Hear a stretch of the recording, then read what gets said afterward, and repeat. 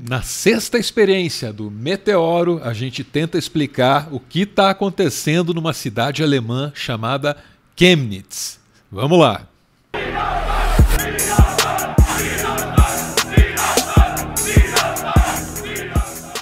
Chemnitz é um lugar com uma história complicada.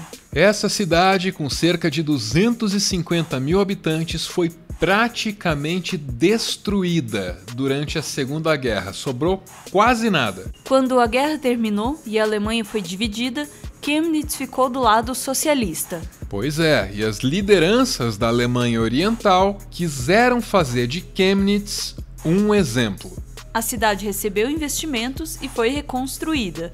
O que antes da guerra era assim, logo ficou assim. E para dar mais visibilidade a essa reconstrução, a cidade foi rebatizada e passou a se chamar Karl Marx, o que meio que fazia sentido no contexto histórico e político da Alemanha socialista oriental.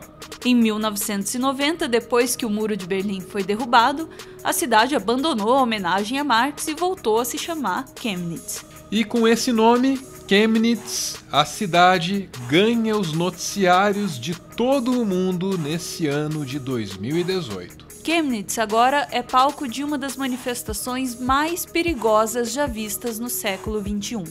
Grupos de extrema-direita, organizados e numerosos, se juntam nas ruas para combater imigrantes. Isso aqui não é um protesto. Isso aqui é um monte de gente saindo de bando na rua para caçar minorias. Esses grupos de extrema-direita têm identificação direta com o nazismo.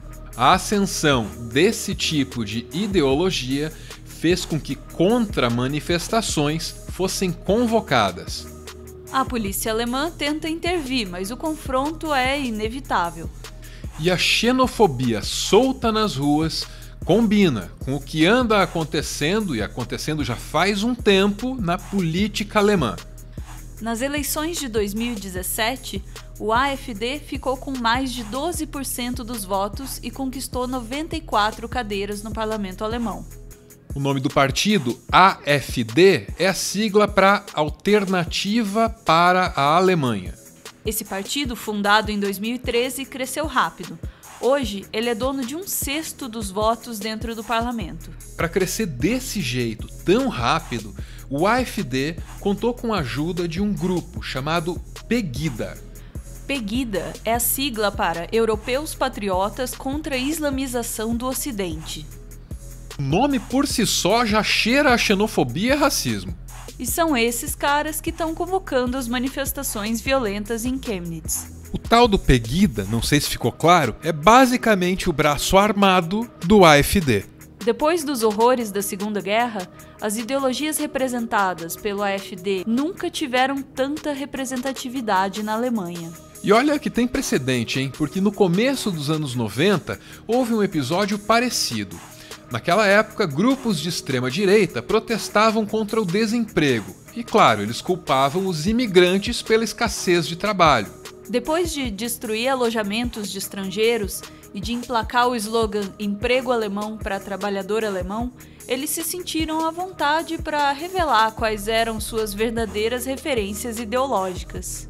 E aí, quando a coisa chegou nesse ponto, com suástica para todo lado, aí o protesto se esvaziou, porque a geração de 1990 ainda sabia o terror que existe por trás de um gesto como esse aqui.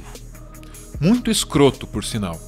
Esse episódio da década de 90 é muito parecido com o que ocorre nesse ano. Até o slogan é parecido. Antes era emprego alemão para trabalhador alemão, e agora é Alemanha para alemães. Nada de bom pode sair de slogans como esses aí, mas tem uma coisa que mudou. Nos anos 90, foi só a suástica começar a aparecer para que o grosso dos manifestantes se sentisse incomodado e largasse mão dos protestos. Em 2018, parece que a simbologia nazista já não causa o choque que causava. E quando a simbologia nazista não causa o choque que causava, eu fico chocado. A ascensão dessas ideias e desses símbolos em um país com a história da Alemanha é a prova de que o século XXI pode estar condenado a repetir uma das piores burrices cometidas no século XX. E parte da culpa é do revisionismo histórico que anda em curso.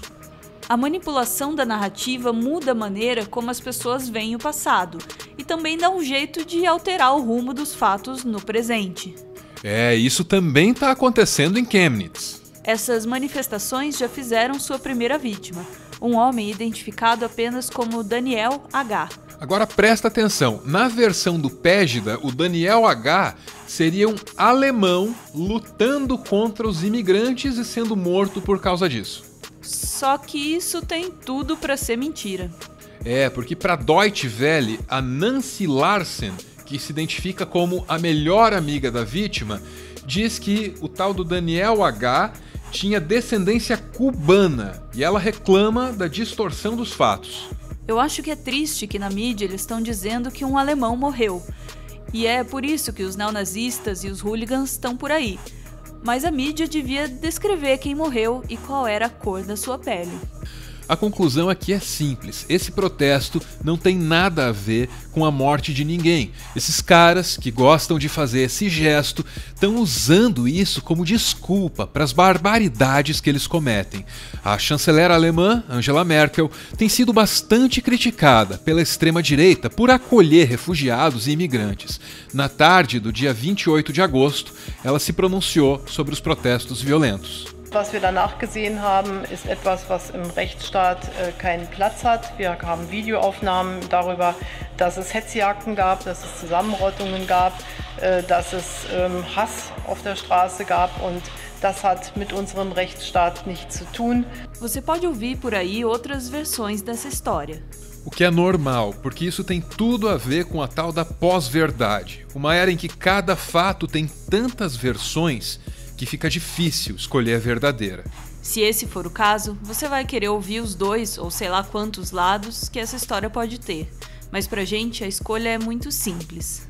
Quando um lado faz esse gesto, você tem a obrigação moral de correr para o outro.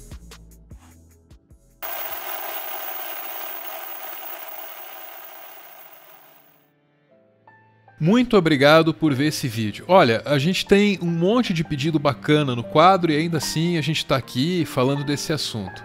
A gente não gosta desse tema, mas acha que tem obrigação de falar disso.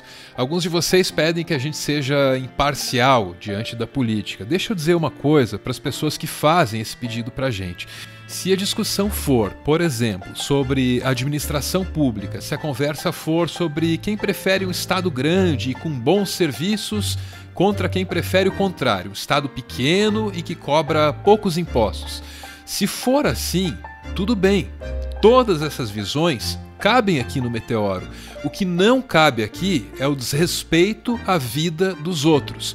É a vontade de exterminar aquele que é diferente de você. Isso não é política, isso não deveria ser proposta de campanha, isso não deveria estar em discussão. E a gente não pode ser imparcial diante dessas coisas, porque se a gente fosse imparcial com essas coisas, aí a gente ia estar compactuando com elas. E isso a gente não pretende fazer. E aproveitando o ensejo, deixa eu dizer, recentemente a gente participou de uma entrevista com o Ivo Neumann, num podcast maravilhoso aí chamado Treta Talks.